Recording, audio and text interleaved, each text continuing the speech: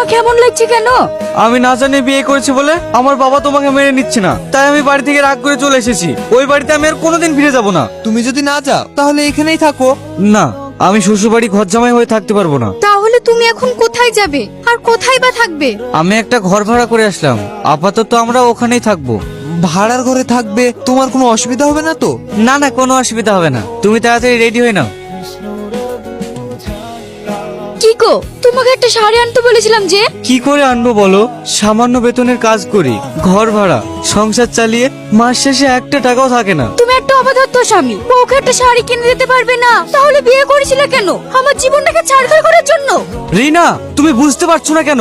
আমার কিচ্ছু বোঝার দরকার নাই। তুমি যে আমাকে কত সুখে রাখবা সেটা আমার বোঝা হয়ে গেছে। কাপুরুষ কোথাকার। তোমাকে এমন লাগছে কেন? আমি না জানি বিয়ে করেছি বলে আমার বাবা তোমাকে মেনে নিচ্ছে না, তাই আমি বাড়ি থেকে রাগ করে চলে এসেছি। ওই বাড়িতে আমি আর কোনোদিন ফিরে যাব না। তুমি যদি না যাও তাহলে এখানেই থাকো।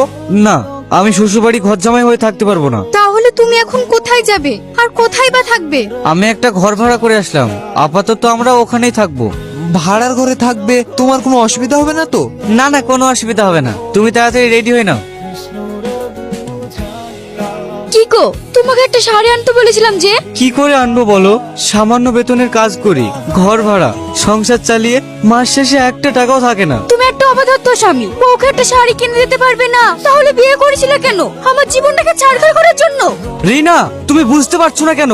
আমার কিচ্ছু বোঝার দরকার নাই। তুমি যে আমাকে কত সুখে রাখবা সেটা আমার বোঝা হয়ে গেছে। কাপুরুষ কোথাকার।